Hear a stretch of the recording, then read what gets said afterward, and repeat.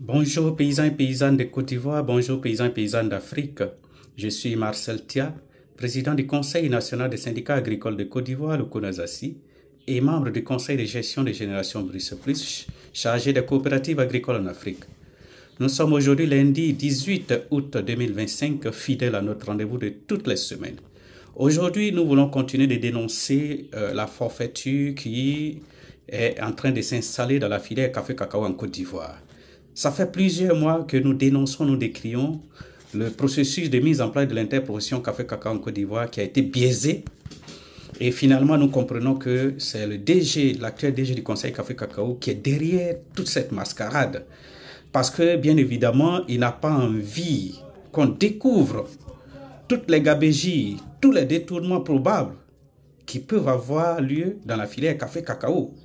Parce que tout ce qui est fait sur l'argent, avec l'argent des paysans de Côte d'Ivoire, ça doit être sûr de tous les paysans. Et c'est pourquoi nous demandons que la gestion de la filière café-cacao nous revienne.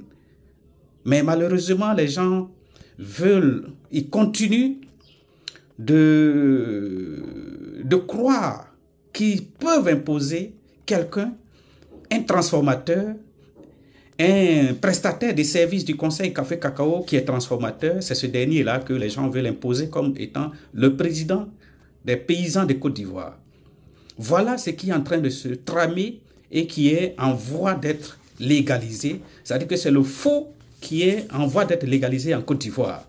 Et ça, nous voulons dénoncer cela avec la dernière énergie. Et nous continuerons toujours d'interpeller les autorités compétentes qui peut-être n'ont pas encore entendu, mais si ce n'est pas encore le cas, alors il faut agir pendant qu'il est encore temps. Sinon, il y aura des protestations qui vont naître cette année dans la filière café-cacao si jamais cette forfaiture arrive à vouloir s'installer de force.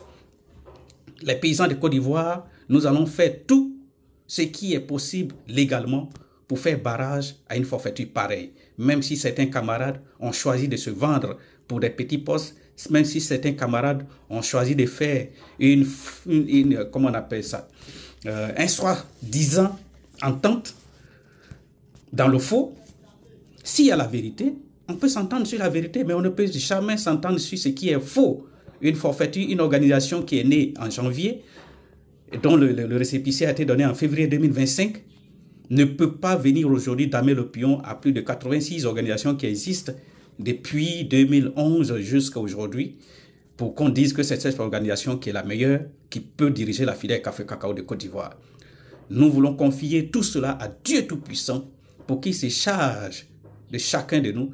Là où il y a la vérité, Dieu sera toujours là-bas. Mais là où il n'y a pas la vérité, Dieu mettra la confusion là-bas. Et c'est ce que nous demandons à Dieu Tout-Puissant, parce que la volonté des paysans de Côte d'Ivoire, ce n'est pas de donner la filière café-cacao à une organisation qui vient de naître, mais plutôt dans un consensus qui permette à chaque leader qui a au moins une expérience dans la gestion des organisations de pouvoir apporter sa contribution pour le bonheur des paysans de Côte d'Ivoire. Ceci étant, excellente semaine à tous et à toutes, et à lundi prochain pour un autre message.